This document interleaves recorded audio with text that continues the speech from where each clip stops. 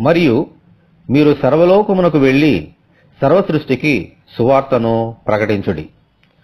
ఇది మన ప్రభువైన యేసు తాను పరలోకమునకు తిరిగి ఎక్కి వెళ్ళబోయే ముందు అపోస్తులకు ఆయన ఇచ్చిన ఆజ్ఞ.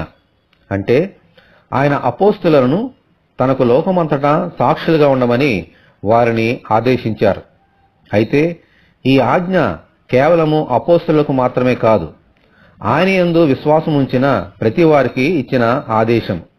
అందుచేత మనమందరము ఆయనకు సాక్షులుగా ఉంటూ ఇతరుల రక్షణ కొరకు ప్రార్థించే బాధ్యత మన మీద ఉంది. మనం ఎక్కడ, ఏ ప్రాంతంలో, ఏ స్థలంలో ఉన్నా ఆయనకు సాక్షులుగా జీవించాలి. ఈ నూతన సంవత్సరం అంతటిలో ఆయనకు సాక్షులుగా ఉండునట్లు దయచేయమని మనమందరము దేవుని కృపాసనం వద్ద ప్రార్థన చేసుకుందాము.